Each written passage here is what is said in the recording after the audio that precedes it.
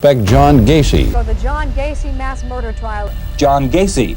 Des Plaines, Illinois, near Chicago. Police today found 6 more bodies under the John Gacy house. And all of this is like a nightmare. 27 bodies buried under his house and garage. Of the murder of 33 young men and boys. Buried most of the bodies under his house and got rid of the others elsewhere. That was one of the first questions was, why am I alive?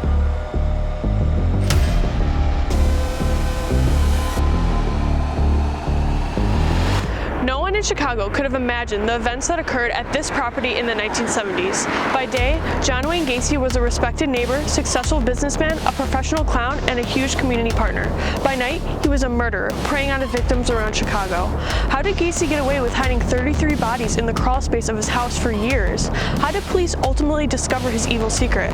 I talked to various people associated with the case about their perspective and why it is still an open wound 40 years later. Eugenia Godzik lived with her brother, Gregory Godzik, and parents in this very house on Atoma Street in Chicago. Gregory was 17 and went to Taft High School and was in their work program, where he got to leave early from school to attend work at Republic Lumber each day. One day, John Wayne Gacy approached young Gregory and offered him a job that he couldn't pass up at the time in the 1970s. And that night he came home and said, "Mom, I got an offer from a man that I could make $5 an hour instead of $2.20 an hour."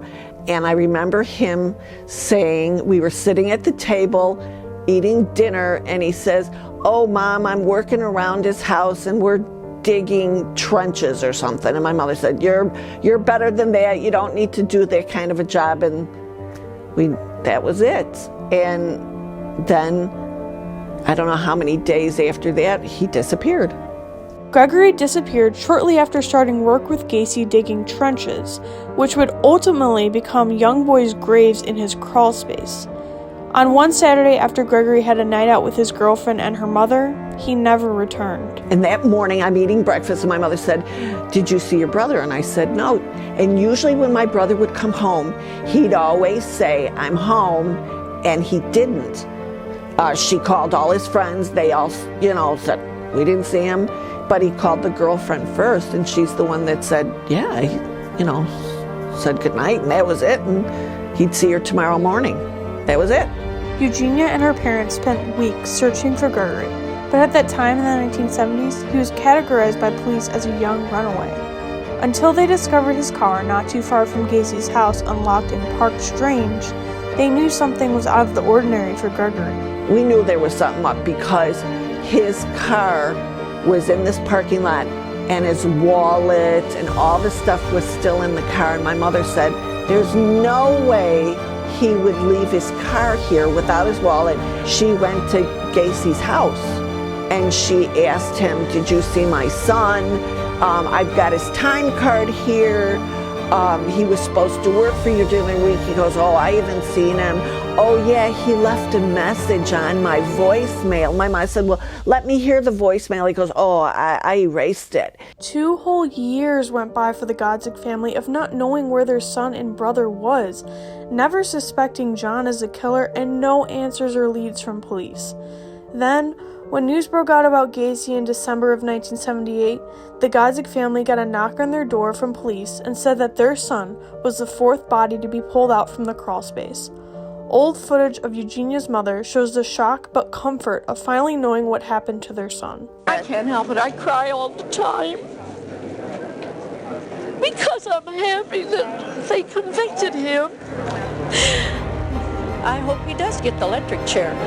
Then it'll make everybody feel better. I'm sure it'll make the other mothers feel better too.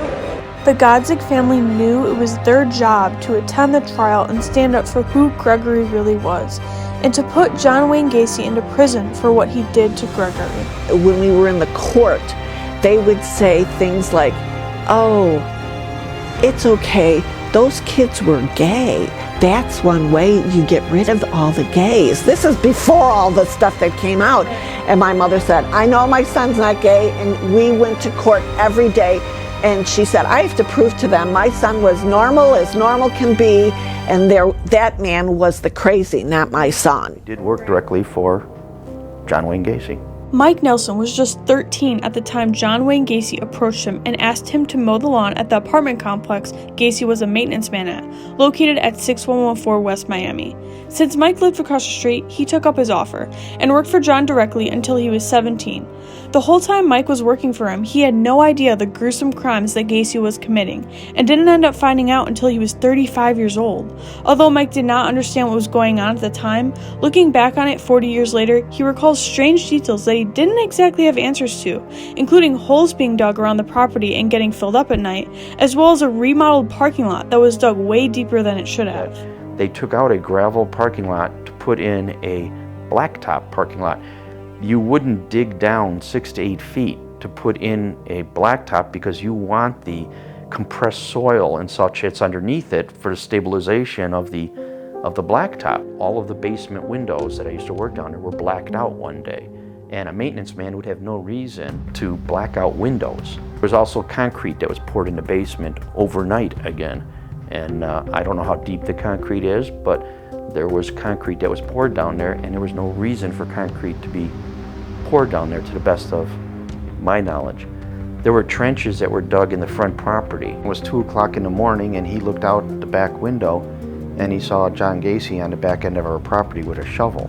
And so he approached John and said, "John, what are you doing? It's 2 o'clock in the morning." And John's comment was something to the fact of like, "Yeah, my workers leave their tools all over the place, so," and that made no sense. So it's kind of like, why was he out in the back of the property, which is right across from the apartment, with a shovel in his hand?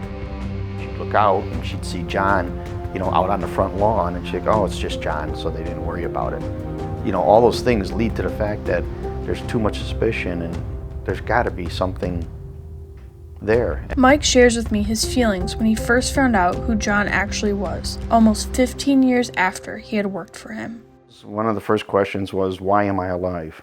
And the scariest moment was I looked back years ago at a photo of myself from when I was like 16 years old, and I had the long flowing hair that kind of came over, and it was the thing, and I had a very young face, and when you held it up to all the other people who were missing and or were killed, it fell right in line with why wasn't I one of them?